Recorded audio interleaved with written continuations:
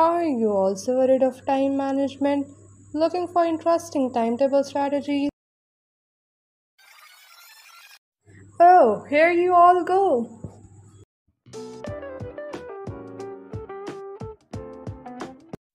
Before moving to your daily schedule, I would like to give you guys a very important advice. An hour of planning can save you 10 days of doing it. My advice for all of you is to save your 15 to 20 days at the end. Why these 15 to 20 days?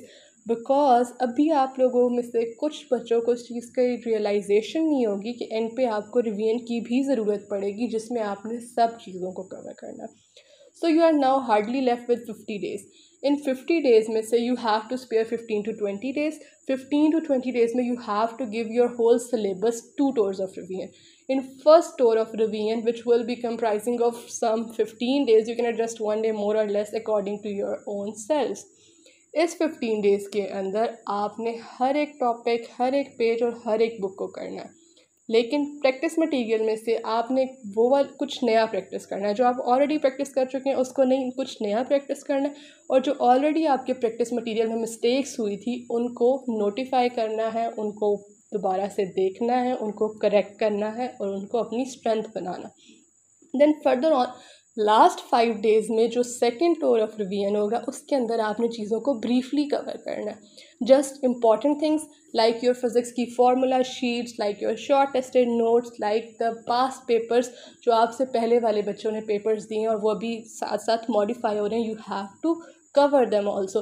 उसके साथ साथ आप past papers पिछले सालों के भी solve करें. जितना भी प्रैक्टिस हो सके वो सिर्फ FLPs की फॉर्म में आपने सॉल्व करने हैं लास्ट 5 डेज़ में.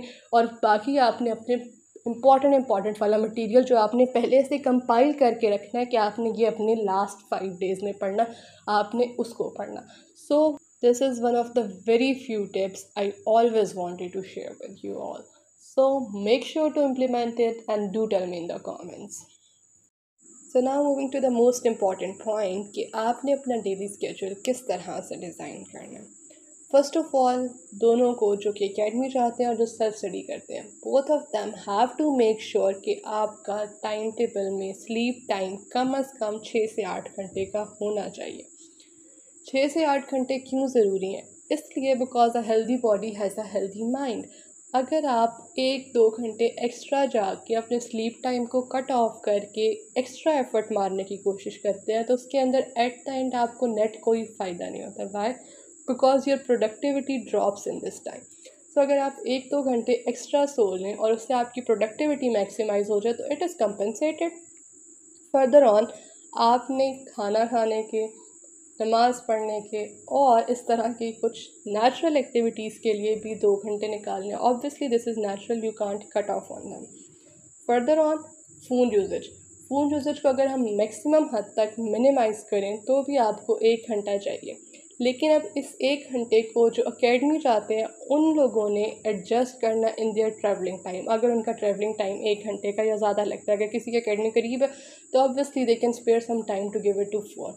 लेकिन अगर कुछ लोगों को ज़्यादा टाइम लगता है तो obviously they have to compensate, otherwise उनके लिए टाइम एडजस्ट करना मुश्किल हो जाएगा. Try your best to compensate each and everything to make your time productive. Self study वाले 1 घंटा इसके लिए निकालें. अब हम दोनों की बात करें तो overall 24 hours of the day में से आपके पास 14 आवर्स बचेंगे.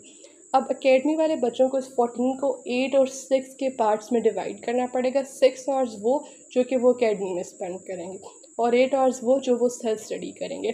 जबकि जो सेल्फ स्टडी वाले हैं उन्होंने ये प्रेफर किया कि वो 14 आवर्स को घर में ही सेल्फ स्टडी में यूज़ करें. So now let's talk about how to utilize these 14 hours. Those who are at their homes doing their self-study have to spare 6 hours out of their 14 hours for their lectures. So at the end, both of you are on the same level. You have got 8 hours to prepare for your self-study.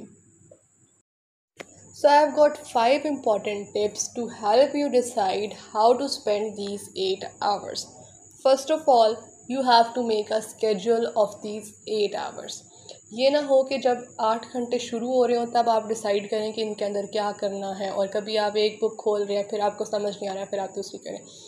आपको सबसे पहले अपने दिमाग में इस चीज़ की clarity लानी है कि आपने क्या करना है। एक दिन बैठें, डिसाइड करें कि आपने डेली इस 8 घंटों के अंदर किस तरह से काम करना है। Secondly, you have to decide whether you need to study at day time और at night time. Like if I talk about me, so I was a person who prefers to study at night time. Why? Because रात को खामोशी होती है and there is no disturbance all around, so you can well focus at night time. But बहुत सारे लोग होते हैं जो सुबह फजर के टाइम प्रेफर करते हैं, जिनकी उस टाइम पे प्रोडक्टिविटी मैक्सिमाइज होती है। कुछ ऐसे बच्चे होते हैं जो दिन को पढ़ते हैं। सो जिस टाइम पे आपको सूट करता है, you have to decide that time. ये ना हो कि आप बार बार इसको प्रैक्टिस मोड में डालें, बार बार ट्राई करें और दोबारा से उससे फेल हो। सो मेक श्योर कि आप पहले से डिसाइड कर लें कि आपने दिन को पढ़ना है या रात को। Third point is you have to cut your time table into certain halves. कोई भी बच्चा ऐसा नहीं है जो 8 घंटे कंटिन्यूसली पढ़ सके। मैं भी नहीं पढ़ सकती थी और ना ही कोई और पढ़ सकता। सो 8 घंटे में आप अपने फोकस को डेविएट करने के बजाय cut it into short focus spans like of 2 hours. 2 hours भी ज़्यादा हो जाता है। कट इनटू 8 आवर्स, जिसमें हर 1 घंटे के बाद आप 10 मिनट्स की ब्रेक रख लो। उस 10 मिनट्स की ब्रेक के अंदर you can go out, you can sit with your family, you can enjoy something.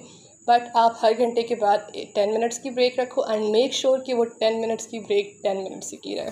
Fourth point is that you shouldn't have your mobile phone with you in these 8 hours.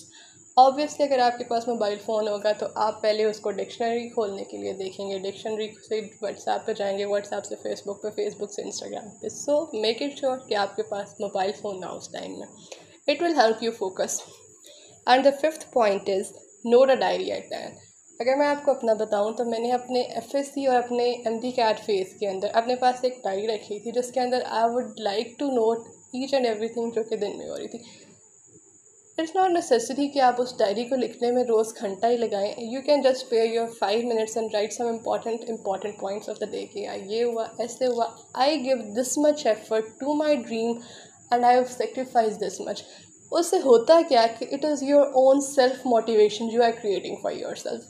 Whenever you feel down, just open it up and see how far you have come.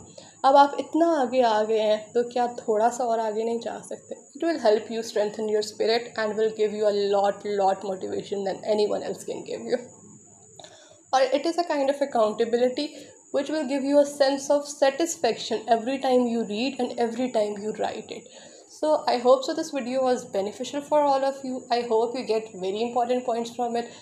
If so, then make sure to tell me down in the comments and share it with your friends. Thank you. Allah Hafiz.